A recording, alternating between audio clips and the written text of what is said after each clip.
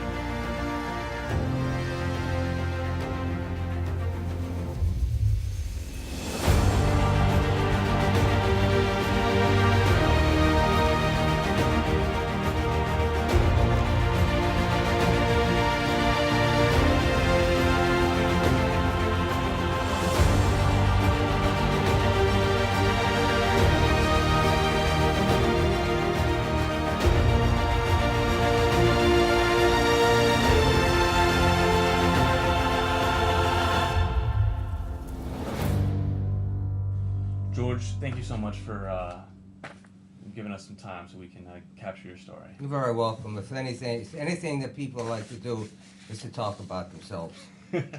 Well, this is the format for that. So let's start off with where and when were you born? Where was I born? Flower Hospital on Manhattan Island, New York City. And what date? November the 12th, 1938. See, I'm pre-atomic. Who were your parents and what did they do? My father was Christian George Mornhinweg. He worked in the breweries. He eventually became an assistant brewmaster. My mother was Gladys Mornhinweg. She worked in the home. Do you have any siblings? One sister. Okay. Do you have any other family members that served in the military? Uncles by marriage. Okay. And your dad. They were. Huh? Your father. Well, my father. My sister is a lieutenant colonel in the Air Force. Currently? Pardon? No. Okay. What'd she say? She's retired. Yeah, she's retired. She was a nurse in the Philippines during the Vietnam War. Oh, wow. Okay. And your father was in the military as well? He was Navy, Navy, Second okay. World War. All right. And is that what made you want to follow in his footsteps? Yeah, you could say that.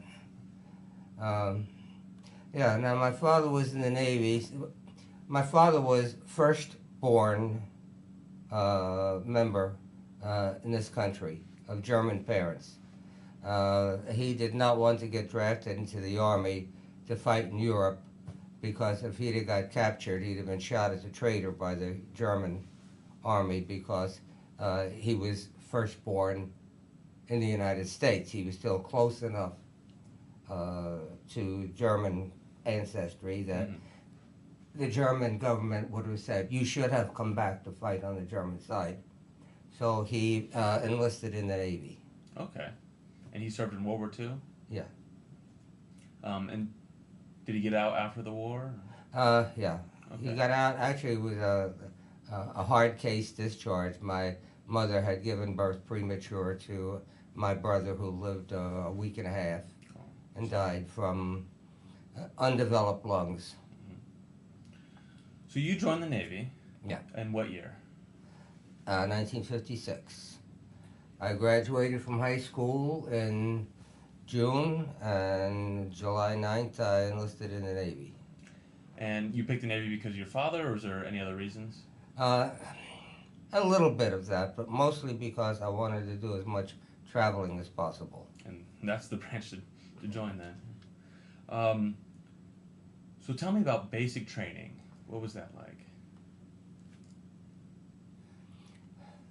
Basic training was rather wild. We were the first company that our company commander pushed through boot camp. He wasn't sure of what he was doing, and none of us knew what we were doing. And so we were the only company that marched with an empty flagpole. This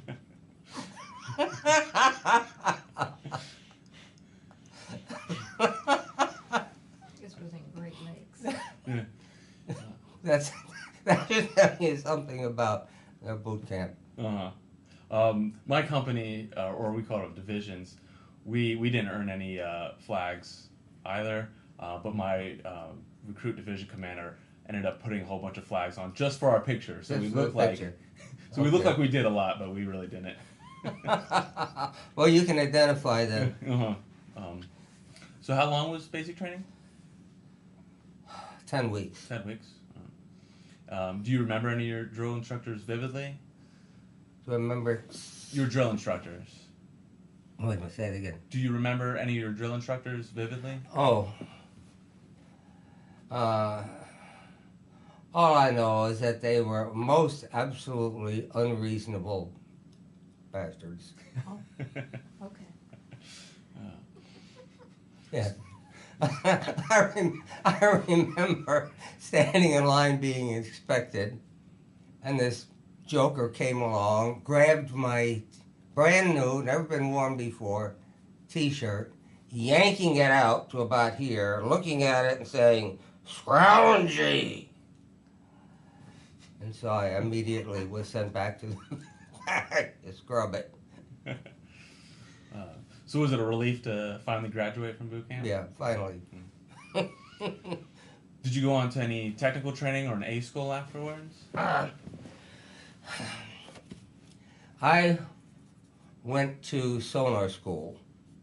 First, I spent 6 months at Green Cove Springs receiving station, where I worked as greenskeeper on a golf course, which absolutely disgusted me. I joined the Navy to go to sea, and what am I doing? I'm cutting grass on a golf course. I was waiting for sonar school, the new class to start. So I went, but electronics escapes me. Mm-hmm. I can't hold it, I can't file it, I can't mill it, I can't turn it in a lathe. It's invisible stuff. And I never could figure out what the instructor was talking about. Now, they threatened us by saying, if you flunk out of sonar school, they're going to stick you on a can and send you straight out to the med. That's exactly what I wanted. But you see, what was ironic about it is, where did they put sonar men? On destroyers, sending them straight out to the med to play with submarines, for crying out loud. So I flunked out and was sent to Norfolk, Virginia, to find the USS Noah. And when I got there, the Noah wasn't. The Marines at the gate said that the Noah was in the yards over in Portsmouth. So I went over there, and I'm standing at the gate, wondering what to do. And a yard bird, that is one of the civilians who worked in the yards, he said, "What are you looking for?" I said, "The Noah." He said, "I know where she is. Get in the car." So I got in, and he drove me around, and he said, "There she is." And there was this nightmare, this thing, all covered in red lead, with all kinds of hoses and lines all over it, and guys swarming here and there and about it. Wow. So I went aboard, and the second-class bosun's mate showed me where to stow my gear.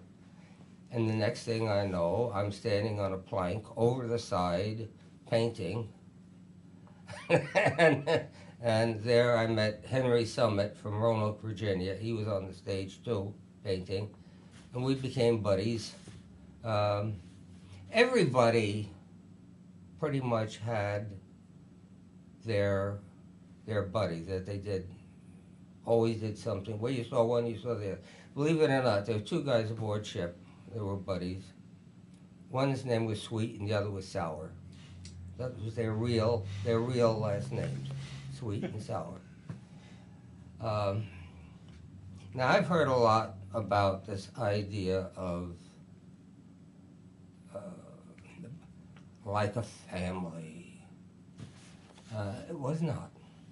Now, maybe in wartime, when one guy's got another man's back, and they're living in the same foxhole and so forth, maybe there's a lot of brotherhood concept going on there.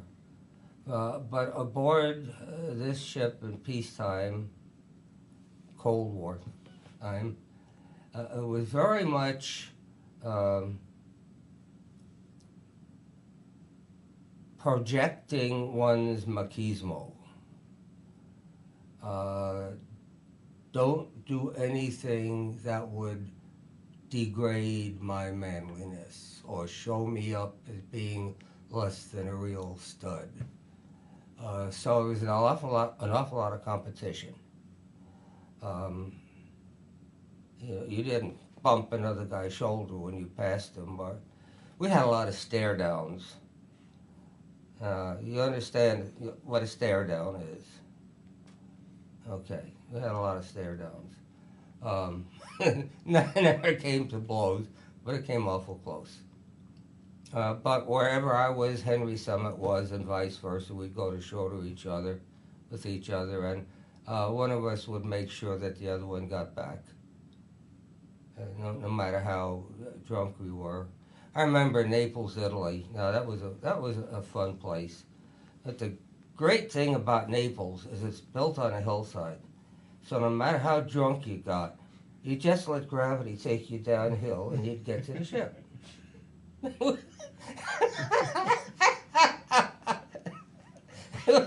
was great.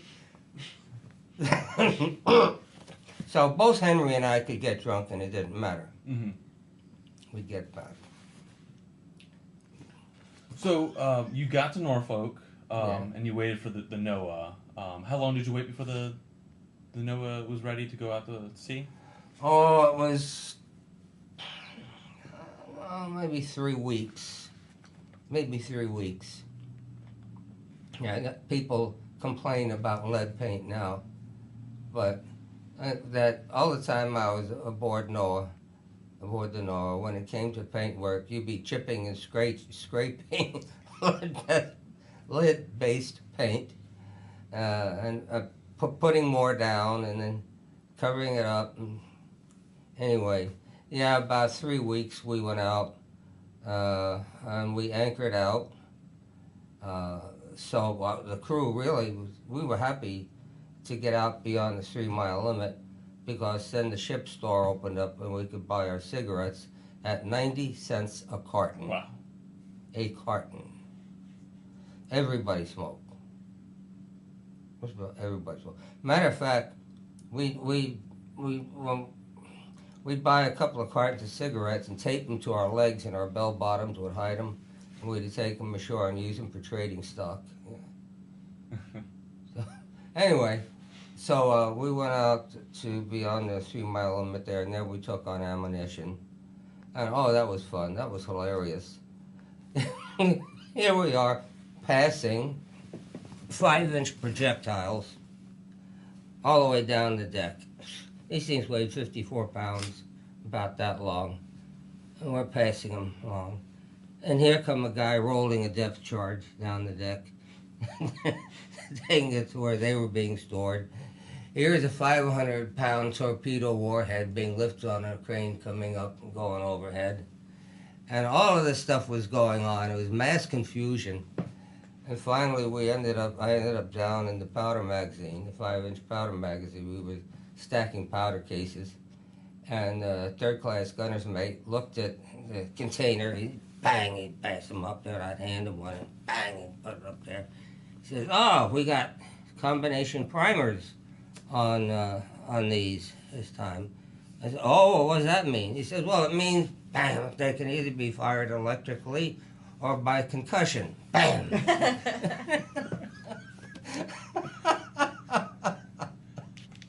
Oh, what fun we had. How long were you at to sea that first time? Uh, oh, probably only about a week or so. Then we were back in. Well, we had to take on stores, had to take on provisions. We were probably about a month or so taking on, well, ammunition, provisions, fuel, and such. And then we went down to Guantanamo Bay uh, Naval Base, affectionately called Gitmo, where the whole ship went through kind of like boot camp for the ship. Mm-hmm. Well, we fired everything. My job when we were firing, I was the trainer on a twin 5-inch gun mount. The trainer moved the gun this way. Pointer moved it this way. We fire at a towed sled, or we would fire at a towed sleeve being towed behind an airplane. That was a lot of fun. And when they fired the gun horizontally, you could see that 5-inch projectile skip 3 times before it went over the horizon. Tack, tack, tack, be gone.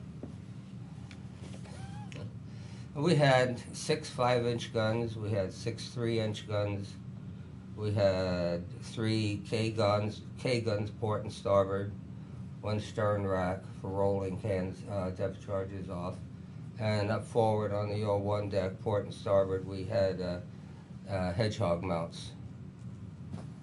So we were this was a, come on George, think of the name, the class, gearing.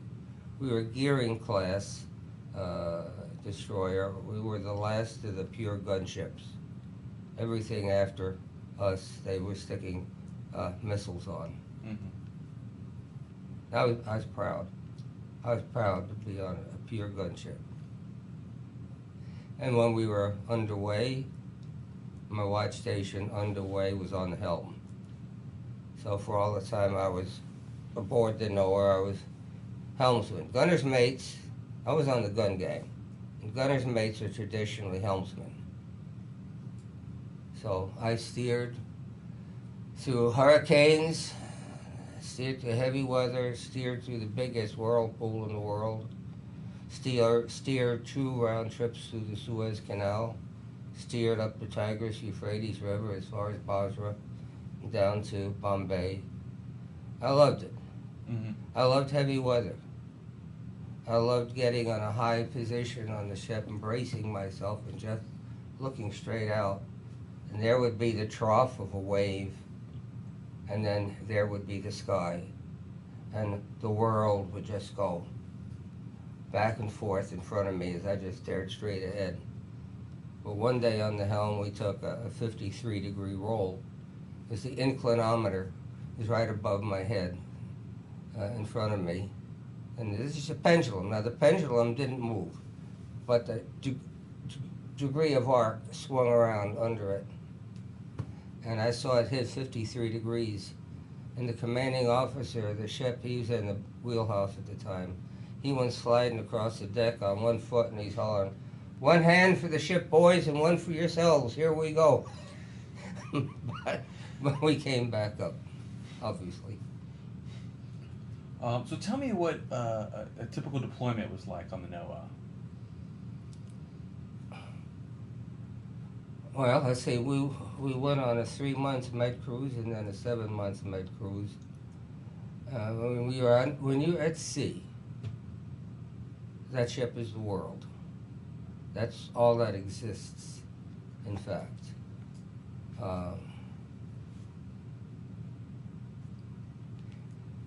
Yeah, that ship is all that exists.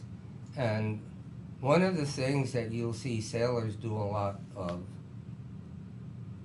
you'll see them sitting, leaning against the rail, and just staring out with a cup of coffee and a cigarette. sailors, as a group of people, have the lowest incident of suicide of any group of people because of the calming effect of sitting there looking out at the ocean. But everything is for the ship because that's your world. The heavy weather was fun. They say destroyer sailors should have sub pay because we spend so much of our time underwater. Would you hand me that magazine, the thin one, right in between? Yeah, I have the page dog-eared here. You'll like this. This picture was taken after I got off. Oh, come on. There it is. There's the 841, the ship I was on.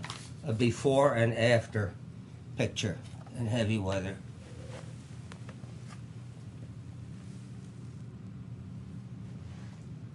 Oh, wow. You can see the keel there in the one picture, and then the second picture, the whole forecastle's underwater. You did need sub pay.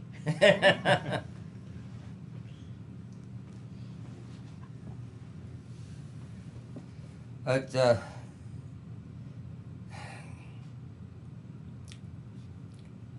everything, a lot of silly stuff, it would seem, was fun to me. Like the ship would take a roll, and the main deck would roll under, and you'd be walking down the main deck, and rainwater would come rushing up on the deck, and you just hippity hop around it as though there was nothing. You know, but the thought of the main deck of the ship rolling under, that can be frightening thought to somebody who isn't used to that kind of thing. What was the food like on board the Noah? The what? The food? The food? Great.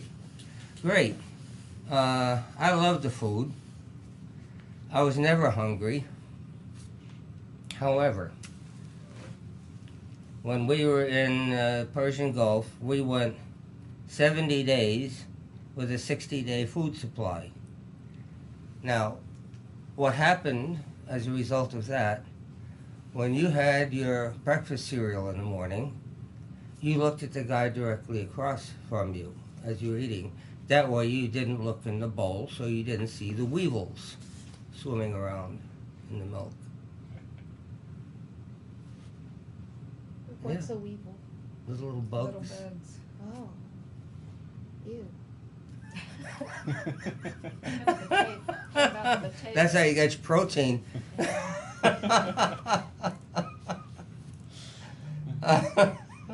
But even still, I mean, weevils aside, they managed to still put enough on the table to satisfy us. So eventually, a supply ship came by, and we started highlining nets, cargo nets, full of food and stuff aboard, and lots of ammunition. We took a lot of that aboard too. How was the sleeping arrangements or the berthing? Oh, that was nice. The first division compartment was designed, I would say there were about close to 60 bunks in it. Cots, I should say, suspended. Mine was on the bottom, port side, just below the waterline. And I could lay in that bunk and hear the water swishing down the side. And it was very calming. I liked that. It was a nice sound.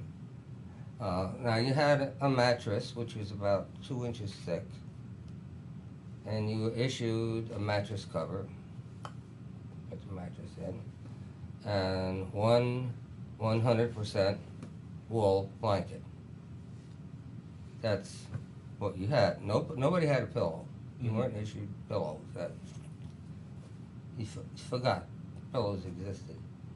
And that wool blanket, after a while, was just as comfortable on your bare skin as could be. There's no problem with the itchy, scratchy wool blanket. Felt great. How many But did the thing that would have been funny is reveille. When they pipe reveille, your feet hit the deck before your eyes ever opened. Because because if you didn't, this happened. Second class bosun's mate, the guy was too slow. He was laying there, he didn't move fast enough. And second class bosun's mate got up to him real sarcastically. He said, "Oh, reveille." He said, "Oh, reveille." And then he grabbed him by the ankle and boom, pulled him out of his bunk and boom, down on the steel deck. That woke him up. Imagine so. How many, George? Yeah. How many bunks deep were you? Oh, along the side there was 3, but toward the forward part of the compartment there was 4 or 5 bunks Wow. high. But we did not have a full complement because it was not wartime. So there was always room for more. But still, it was crowded, and still you were careful when everybody's feet hit the deck. You were careful not to run into somebody up in the head. Now that was a funny situation. In the forward head, the toilet was a trough with wooden slots across it. And 4 men could sit side by side. Oh, it's lovely. And the water rushed in this side, ran across the bottom and down that side. So on Sunday, everybody reading newspaper. Guy with this side crumples up some paper, sets it on fire, drops it in the water, stands up, and it floats down underneath those other guys.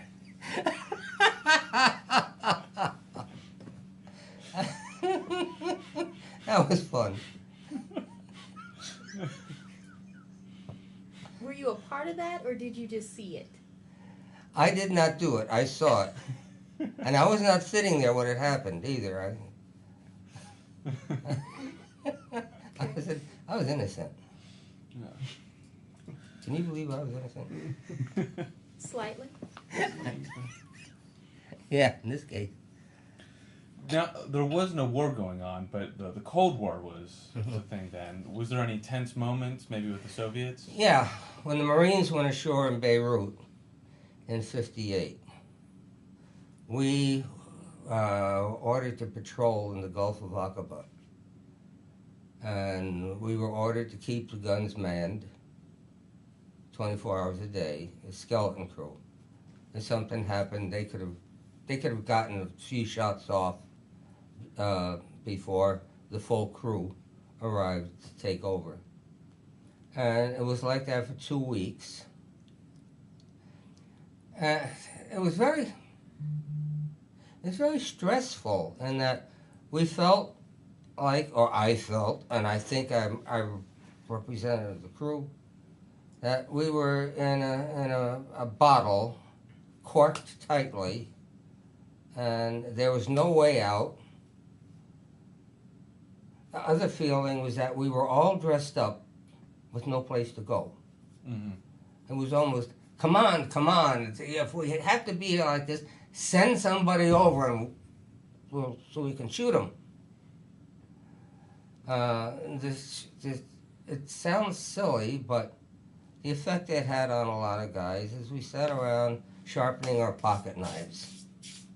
I mean, we had no personal weapons. That was all. That was as close as we had to a personal weapon. So we wanted to be sure we're sharp. But we just steamed back and forth. And finally we got word we were to evacuate American civilians from Jeddah, which was Mecca's seaport. Pardon me, dry mouth.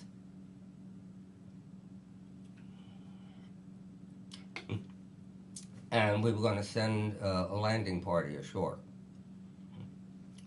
I was going to carry a BAR, Browning Automatic Rifle, light machine gun.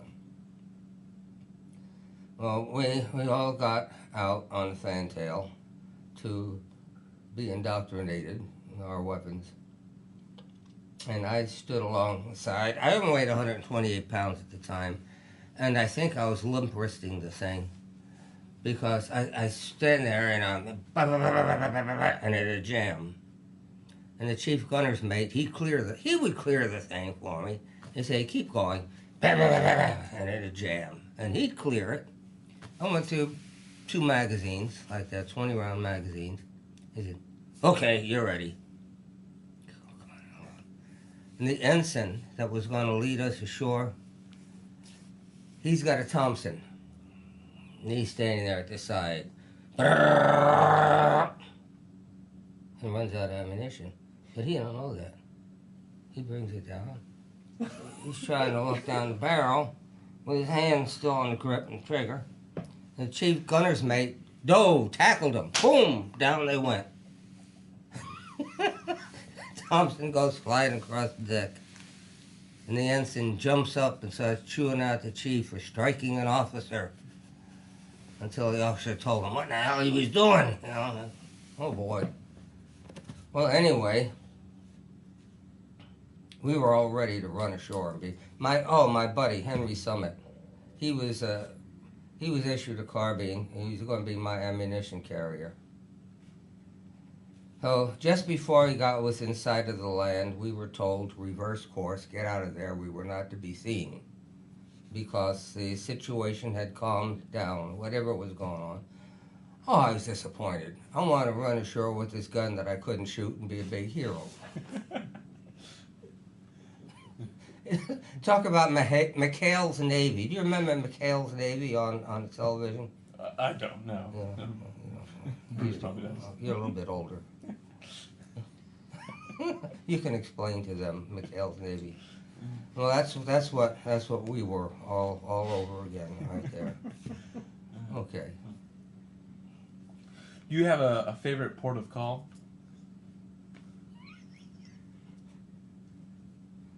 Guantanamo City. Guantanamo City was about 20 minutes by bus off base. That was nice. San Juan, Puerto Rico. That was nice. We were in Havana about a month before Castro took over. That was a wild town. I think we were in every major port in the Mediterranean. It's hard to pick one out. He was in Massawa. Huh? He was in Massawa. It was in Massawa, East Africa. Oh, yeah. Oh, that was an incident there. Massawa was the port, and the country was Eritrea. Very small country. At the time, it was a protectorate of Ethiopia. Our male petty officer had to go to Asmara. That was the U.S. Air Base in Eritrea, at the city of Asmara. And on the way, they were attacked by bandits on horseback. The driver of the bus, of the truck that was taking our male petty officer to Asmara, shot one of them with his .45, killed him, then run the truck over him to be sure he wasn't going to be a danger again. Later,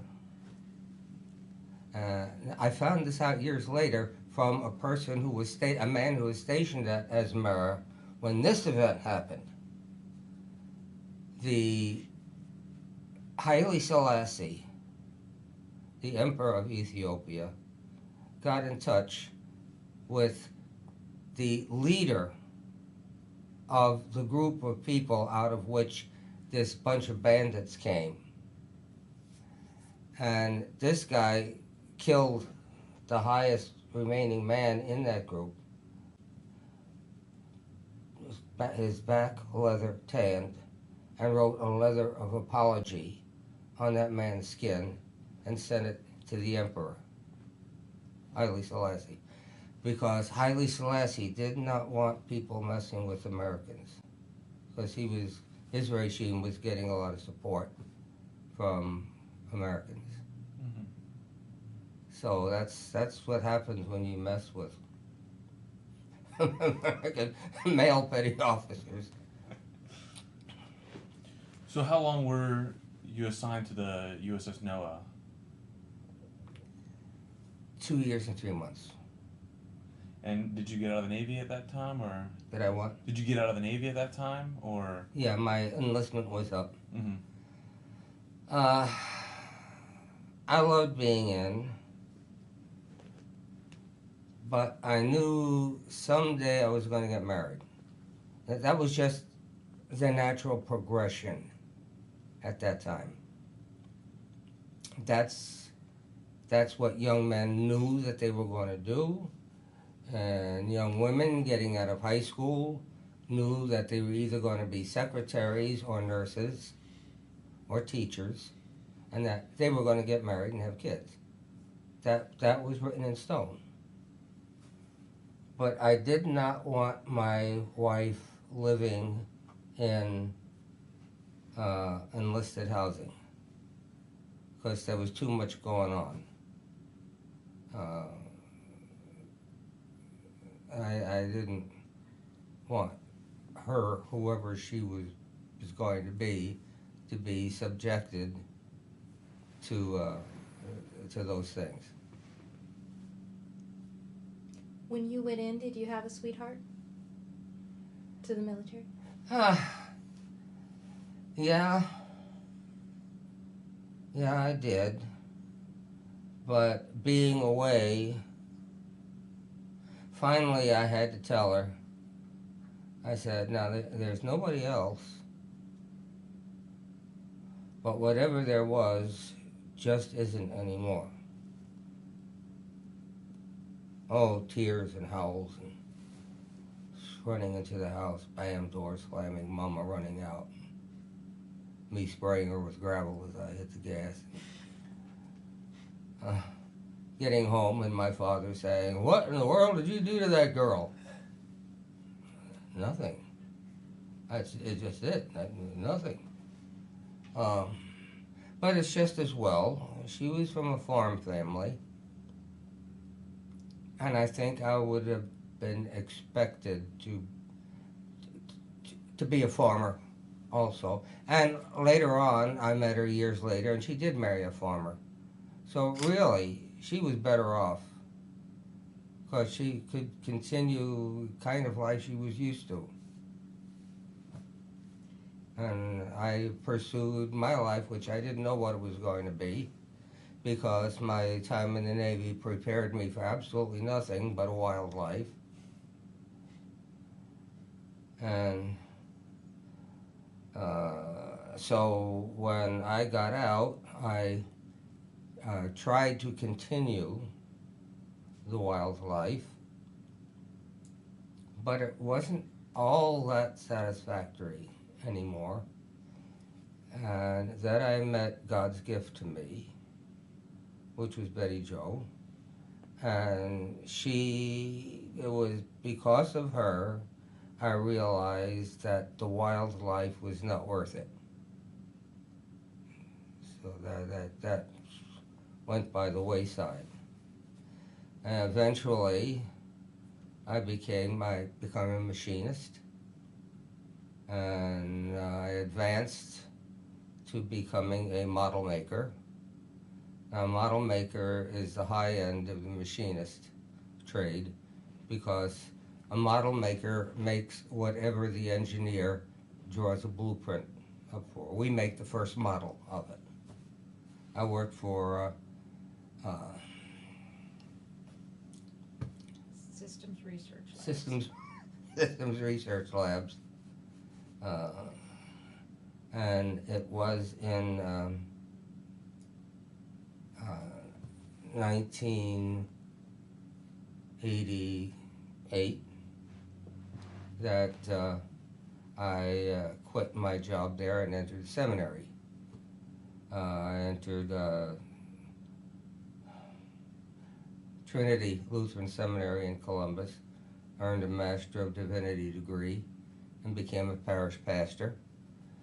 I was pastor of a congregation in Michigan for 9 years until I had a heart attack. And a ministry is great if it wasn't for congregations.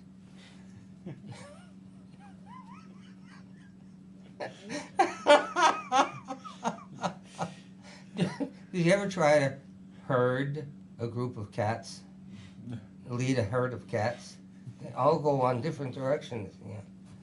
Anyway, it was fulfilling. I did what I was called to do, and that was good. But after I had the heart attack, they said, time for you to retire. So, well, we had bought this house, and we figured we would have it as the place to retire to. So we were bringing some furniture down. We were just going to have this house ready for when I retired. So we woke up on Valentine's Day morning with a heart attack. And the doctor said, that's it, you retire now. So I did. And I have been doing pulpit supply ever since. That is, when one of the area pastors goes on vacation, I fill in for him. That's fun. I like that. Less hurting?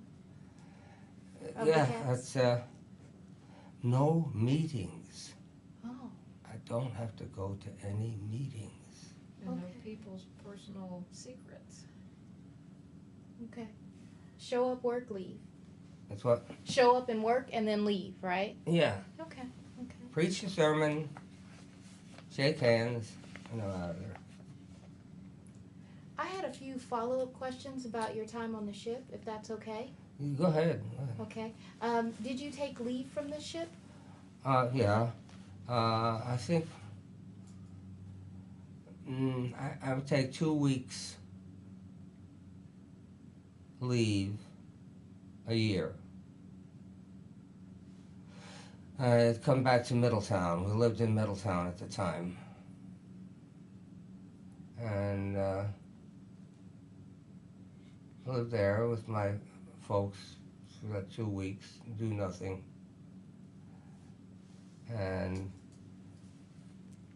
at the end of the 2 weeks, go back aboard ship, and we take off again. Do something, go sub chasing, or found out it really takes 2 destroyers working together to sink one sub. What we do, we had some other sister ships, the Meredith, the Cone, and the Stribling, and we take turns with them attacking a submarine, a fleet submarine. When we would get over a fleet submarine, we would get the gunner's mate on the fantail would get the word to fire, so he'd drop a concussion grenade over the side, and the submarine could tell from the sound where exactly it was in relationship to the sub. So they knew if that had been a depth charge, they would know if they had been hit. Or we would fire off a hedgehog with a packet of dye attached to it. And when it would hit the water, it would make a big splash of color in the water, and the submarine would send up an air bubble. And if we had hit the submarine, the air bubble would break in the middle of the dye on the surface. So we would do that day after day and practice with a sub, or we'd plane guard. We would follow along behind an aircraft carrier in case an airplane did not land properly and went off the side, and we'd be ready to rescue the pilot. We did a lot of that.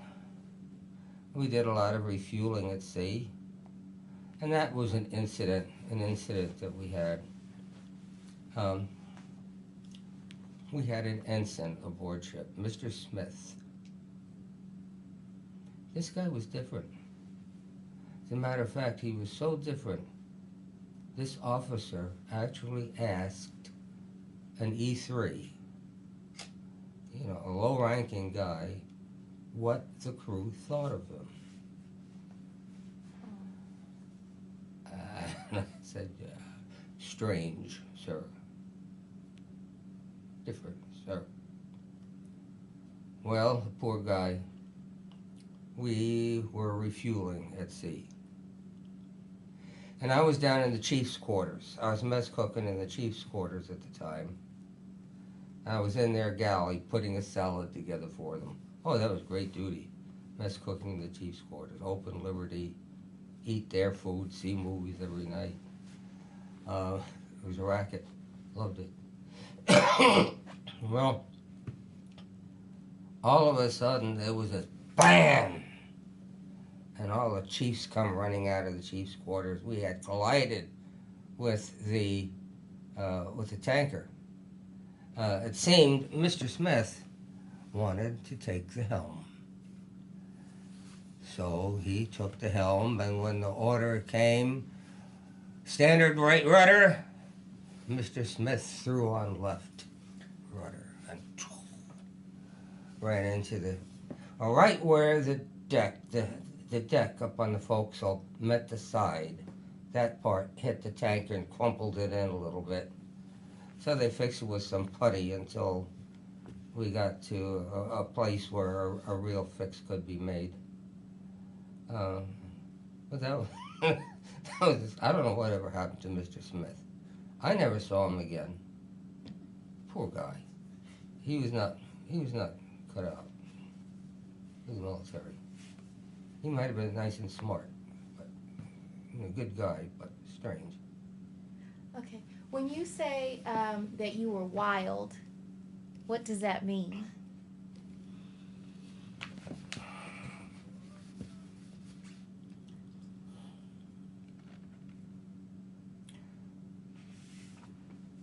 I knew how to be drunk and find my way in and out every bordello in the port. That is wild. That is what. Was there any drinking on the ship? Was there what? Any drinking on the ship? Oh, no. As a matter of fact, when we were in Beirut, a shipmate of mine, Chuck Berkeley, from California, we got some hash from the street guide. We smoked some hash. We had enough for a second. Anyway, we got back to the ship, and I looked at Chick looked at me. We both looked at this joint stuffed with hash. And we tossed it off the pier because we knew we couldn't be out at sea a week later and say we were just hungover from having been in port, after a week at sea. So, no, there was no drinking. No, nothing like that aboard ship. What about the lemonade? Hmm? The lemonade. Oh, you will love this. You will love this. In Athens, Greece, Henry and I got so snockered. We come aboard ship, and for some reason, we went up on the signal bridge. We knew the signal bridge, the guys on the signalmen had a coffee mess up there. We decided we needed a cup of coffee. Well, the coffee had not yet been made. They did have a pitcher of lemonade. We didn't know it was lemonade. So signalman was sitting around up there, and Henry and I, we put coffee in a coffee pot and filled it with lemonade. No, we didn't put coffee in the pot. That's the thing. We forgot to put coffee in the pot. We did pour in the lemonade, and eventually sat there drinking boiled lemonade and couldn't tell the difference that it wasn't coffee, and couldn't figure out why the signalmen were laughing.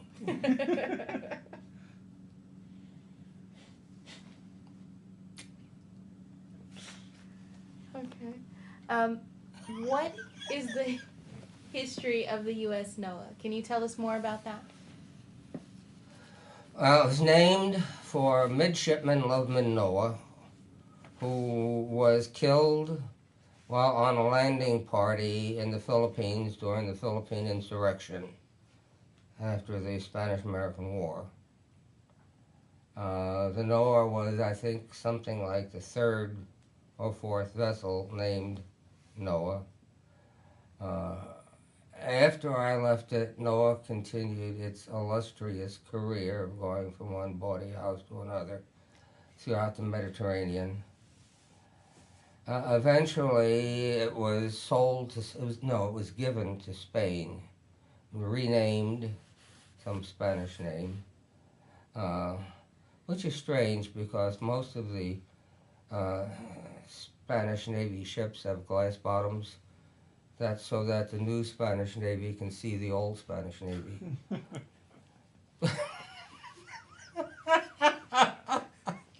it wasn't the one that picked up John Glenn. It was the one that picked up John Glenn. Yes, Noah was the one that pulled John Glenn out of the water, but that was right after I got off of it. Eventually, it was scrapped. When the Spanish Navy was done with it, it was scrapped. And I would love to have had the helm, the wheel, after all the hours. If you had the 4 to 8s, now I'm using civilian time, 4 o'clock in the morning, you'd get up in the pilot house and you'd take the wheel. And you'd steer to 8 in the morning. Then from 8 in the morning to 4 in the afternoon, you did your regular day's work, which for me was doing the care and maintenance of a twin 5-inch gun mount. Then 4 in the afternoon, I'd go up into the pilot house and take the helm again until 8 o'clock at night, which left from 8 o'clock at night to 4 in the morning to do whatever it was you had to do for yourself. Now that was rather stressful. Eventually they dogged the watch and we'd switch around. And now mid-watch, 12 to 4 in the morning, that was kind of stressful because then the cooks would be baking bread. And the smell from baking the bread would go up passageways and ladders straight up into the pilot house. And would they give you a slice? No. No. Terrible. It was. It was terrible. I'm sorry. Were you going to say something else? No, I was just trying to think of something else. Oh, we had a fellow that had bread and water for 3 days. He struck an officer. So they locked him up in the cabin, sea cabin, for 3 days, bread and water. And some of his buddies now and then would walk past the open porthole of the sea cabin and toss a lit cigarette in for him, and if he was real bold, he might toss him a candy bar. But he stayed in there for 3 days, and when he got out, the first port that we went into, he got drunk again, struck another officer, and got another 3 days bread and water. So bread and water was still an active punishment in the Navy. And now in the old Navy, when they had rocks and shoals instead of the uniform code of military justice, he might have been flogged. They did that rather late. Well, tell them about the bananas. Bananas. Oh, the bananas. That's a good story.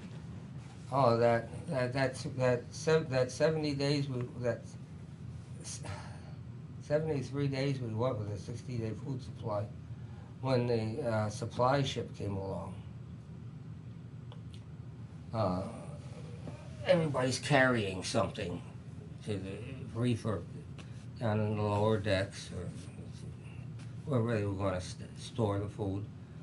And I was carrying this big long thing of bananas, and I broke off a bunch of them, about 5 bananas, and I walked past my gun mount, and I tossed them in the hatch.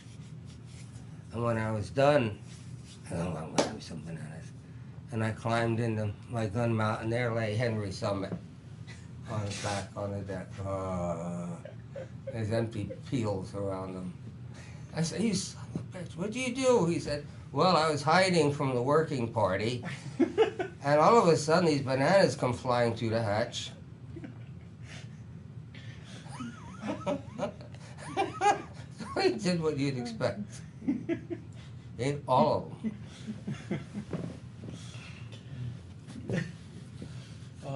Did you ever keep in touch with any of your fellow shipmates after the Navy? I went to one reunion. Of the Great Lakes.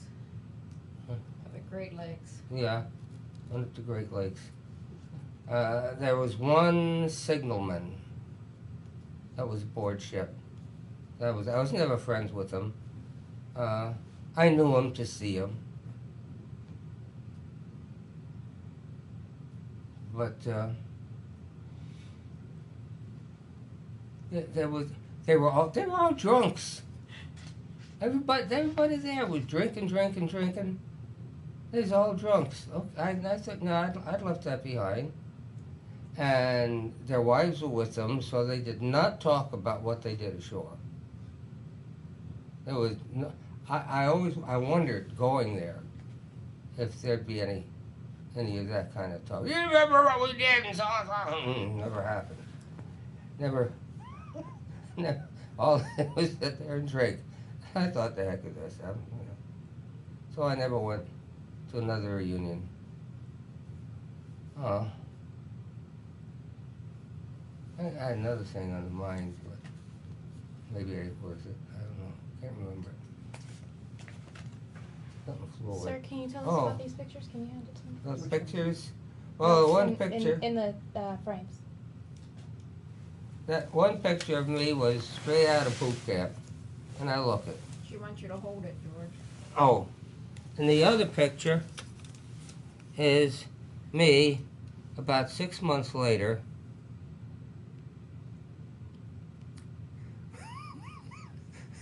Really thinking I was something.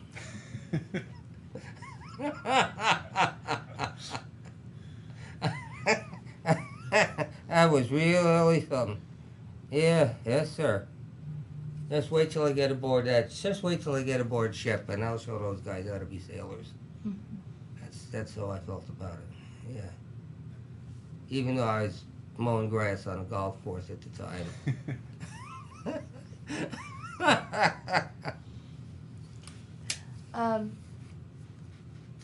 Skipping forward, after how old were you when you got out of the military? Well, I was 17 when I went in, and I got out on my 21st. I was supposed to get out on my 21st birthday, but I got out a month early because supposedly at the time they were overstocked with beef, so they let me go.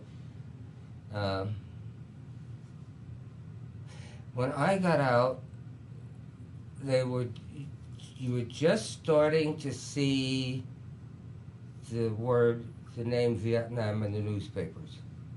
You're just starting to see it. They're just, sending some advisors over or something. The French can't handle it, so we're sending some advisors over to show them how to lose a war.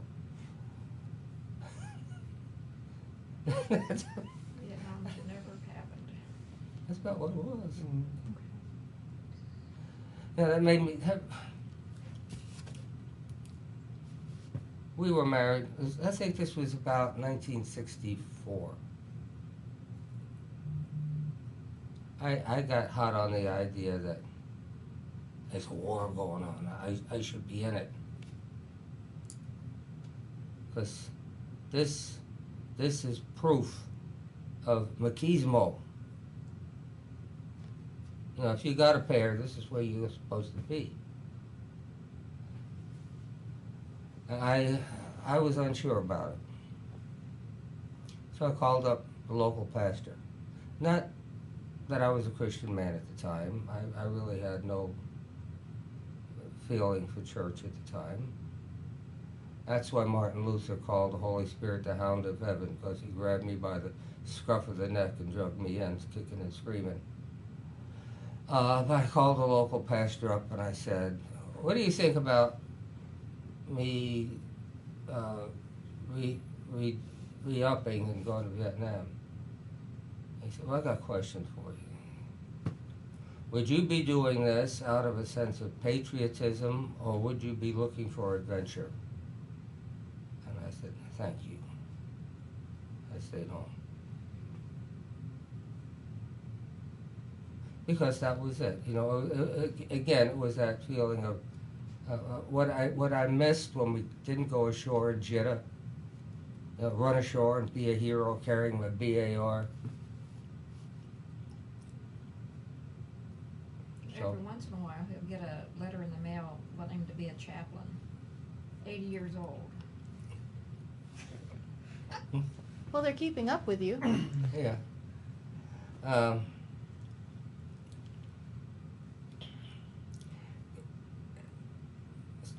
When I got out of the Navy, that was not a fun time. I joined the Navy because in my family, children were to be seen and not heard. You had no expressions. You had no thoughts worth expressing. And you were to be immediately obedient. If not, you got smacked in the face. And that's how I grew up. And that's what I wanted to get away from. Well, when I got home, there was no more smacks in the face. But my father tried to be a pal. I honestly believe that he tried, put forth an honest effort, but strict subservience had to be observed. And so it never worked. And I met Betty Jo, we got married. Now, with Betty Jo being such an important part of your life, how old were you when you met her, and where did you meet her? Oh, well, that's another story. Oh, you'll love this. She was 17 when I met her, right out of high school, and I was 21. She was the worthy advisor of Rainbow Girls at the time, which is a young woman's part of the Masonic Order. And they were going to have a dance. And the women had to invite the guys. Well, she didn't date much, didn't know who to invite. My sister said to her, "Well, my brother, he's just home from the Navy.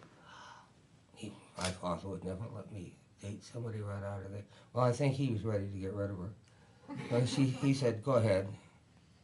You go ahead." So my sister said, "Why don't you take my friend and me to the movies?" Okay. So I took them to the movies and I dropped them out and left them on the curb. I didn't know that I was supposed to go into the theater with them.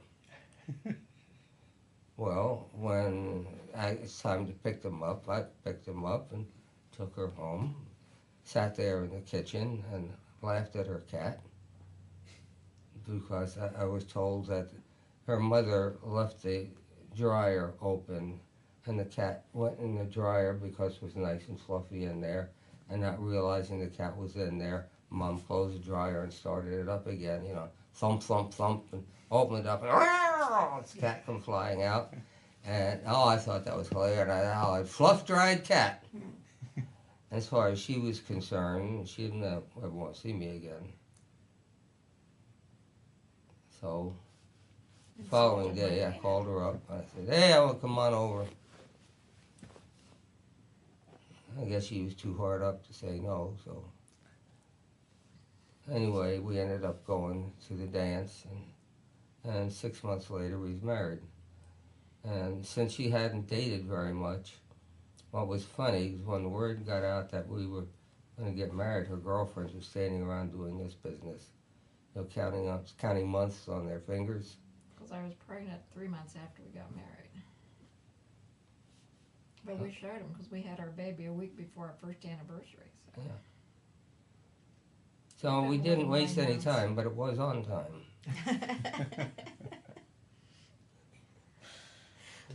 Okay. Now we have 4 children and 19 grandchildren and 11 great-grandchildren. Wow. Congratulations. We have a lot of family. Well, there was a great-grand on the way until there was a miscarriage. Well, tell them about my great-aunt, Wayland. Oh, we were just going together. And I was over at her grandmother's house, and her great-aunt Wayland was there. Wayland was... Crazy. She's crazy. Kentucky woman.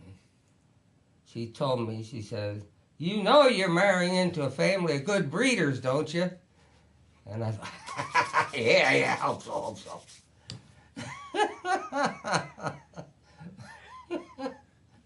Aunt Wayland was something else. We had, a few years later, we had one of our little girls. We were at a family gathering. Aunt Wayland was there.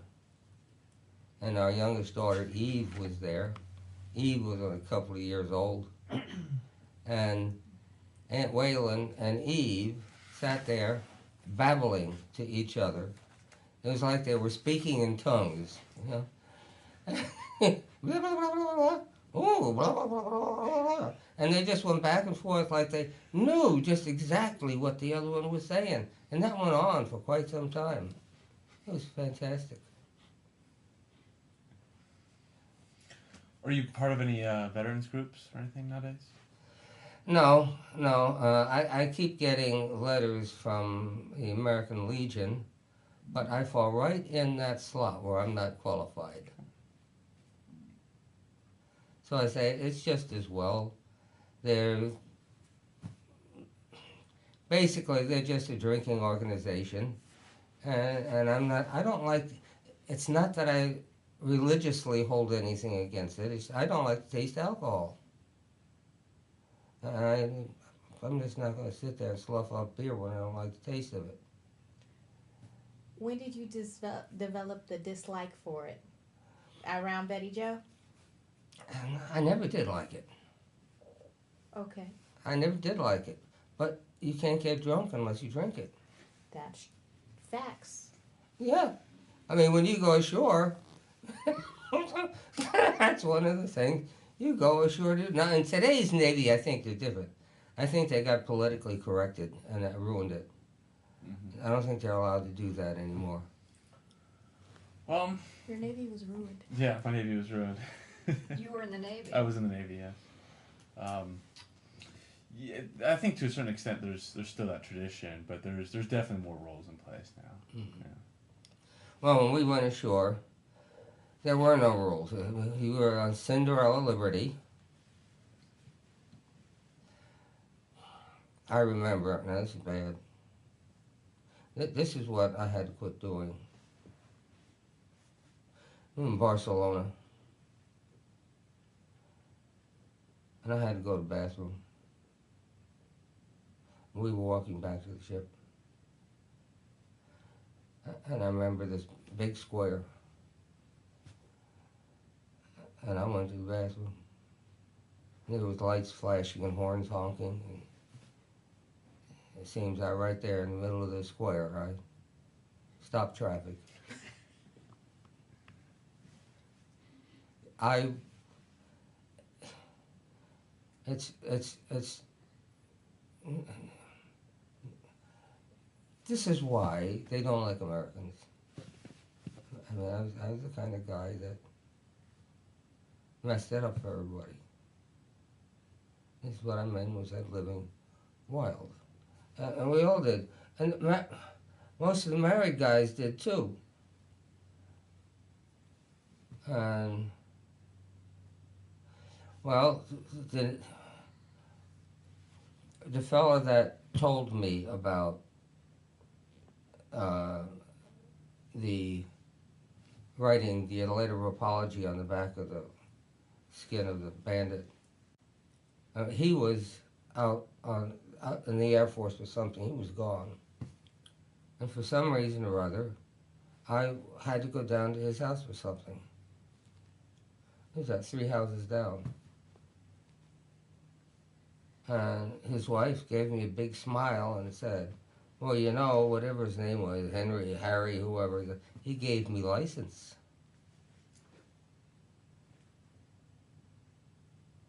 And I said, well, that's nice. And I reversed course and got home real quick. So I think, and a lot of guys that went both ways, there was an awful lot of license given, and I didn't want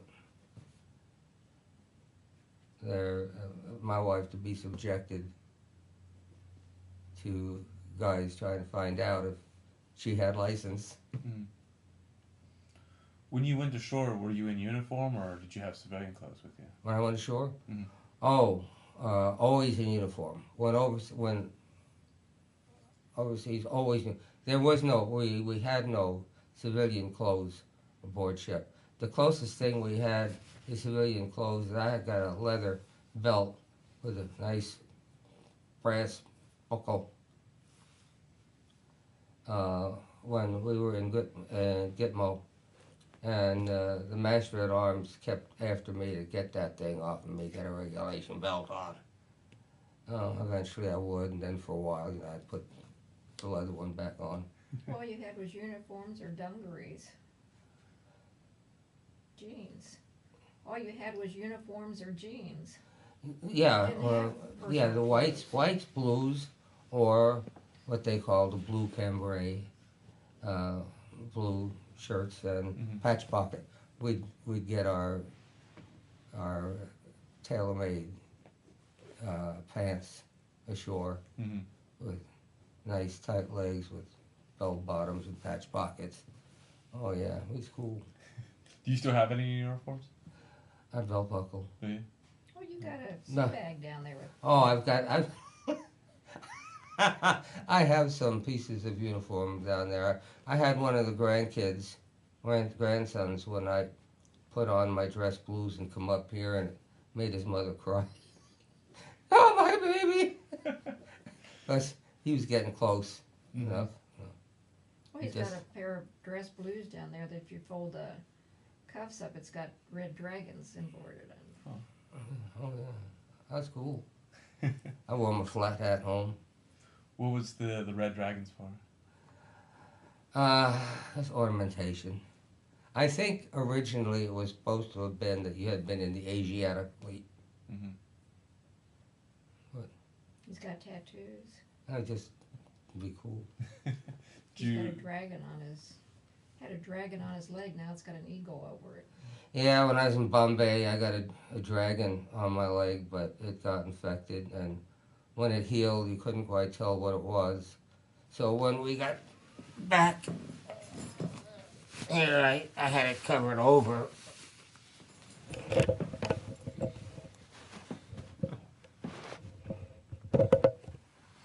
I like that.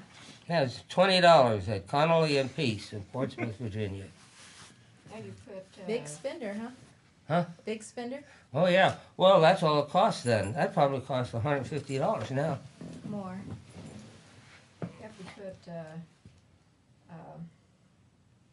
knee socks on. The eagle's head sticks out. Yeah, my grandson, one of my grandsons who served 2 tours of duty in Vietnam, in uh, Afghanistan, is a 50 cal gunner on top of a truck. He's a professional tattooist now. Down in Daytona Beach. She, Down in Daytona Beach. and she doesn't want me to be anywhere near him because I'm conspiring with him. I don't like tattoos. What I'm thinking of getting, overcast sky, rough sea, pink and red sky in the background, sun setting, and flying toward you is an albatross. And underneath it the words, "Bring me that horizon." Mm-hmm. Sounds beautiful. Johnny Depp. that was me on the helm. That was me on the helm. We also Oh. have a grandson that was in the Army in Go Iran. for. Mhm. Go for. He was a diesel mechanic. and a daughter that was in the Army. Daughter was in the army, yeah, down in El Paso. Diesel mechanic. Yeah. A diesel In the Army, mechanic. yes. Okay, yeah. Was Josh you ever was- in El Paso? I was at Fort Hood. Well, don't know anything about that. Becky was in El Paso. She was In artillery, 90 pound. 4'11", and she did. What was that truck she drove? Oh, Patriot missile battery. Missiles. Okay. She goes to the VA out here. She's got cancer. Oh, we're sorry to hear that. Is there anything you feel like, anything else you would like to tell us, or anything that you haven't said in this interview? Oh, there's probably a bunch of it. It's just that there's going up the East Coast one night. Going up, we were right across from Hatteras. And it was so rough. And this is one of those impossible stories, but it can't be so. It was so rough that I could only be on the helm 15 minutes at a time. See, that wheel is stiff. You can't spin it. And I could not keep a course. I could only keep an average course. You know, constant back and forth, back and forth. And I would trade off with the lee helmsman every 15 minutes. Lee helm, his job was to stand there at the engine order telegraph to control speed. So we trade off back and forth every 15 minutes. Finally, it was like 2, 3 o'clock in the morning. Finally, the commanding officer came up into the wheelhouse, and he just stood. He just braced himself against the bulkhead, and he watched us for a while. He didn't say anything. Then he went below, and that's all there was to it. But I think he was looking at his compass repeater down in his quarters and trying to figure out what's going on up there. He came up to find out. Oh, it was bad that night. But again, I felt I was trusted. Nobody questioned me. The only time we were ever questioned on the helm was going through the Suez Canal. We would have an Egyptian pilot, and if you got as much as a half a degree off course, he'd be screaming at you to mind your helm. So that was kind of hairy, but there again, you stayed within the parameters. You did what you're supposed to do. So that was it. I guess that's, I don't know, unless you have any more questions. Just one. Well, I just want to mention that that's kind of what I did in the Navy. I was a master at arms, but my job was to escort submarines. So we would go through the Suez Canal, and so my job was to man like a M60 or a Mark 43 machine gun on top, and we just go through the Suez Canal, and we go back underwater, and we pick up another submarine in Greece and go back down, and so I know those Egyptian those pilots that would come on board. Well, years later, we have gone on a couple of tours, Betty Jo and I. We've gone to Israel twice for 2 weeks, and then a week and a half in Egypt. And it's funny, strange, taking a ferry across the Suez Canal and thinking, hey, I've been through here 4 times. You know.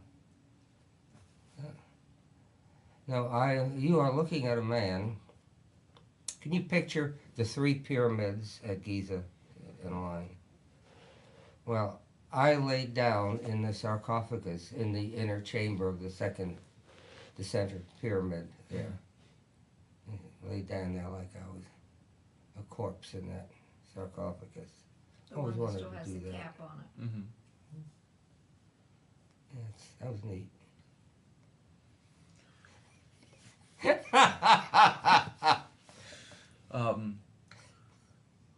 Do you have a message for future generations that might be viewing this interview?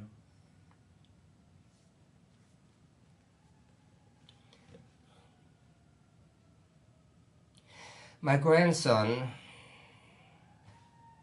gave me interviewed me for his class.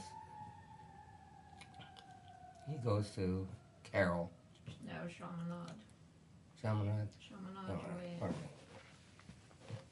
And he said, what did you do when you were in the Navy? I said, that's 2-part, 2-piece answer. First answer is, I showed the flag throughout half the world. The second one is fun and games. But the first job was to show the flag. So, now when I took the oath to protect the Constitution, that oath has never been rescinded. I have never been unoathed. So that still stands. You will always be a defender of the Constitution. You will show the flag throughout the world. Be proud of that. Be proud of doing that. But you don't necessarily have to be proud of some of the SOB political correctness that goes on. They can deep sex that real quick. That's how I feel about it. I think that political correctness has destroyed a lot of the spirit du corps. It's created a lot of fear. It has put a lot of people in places where they have no business being.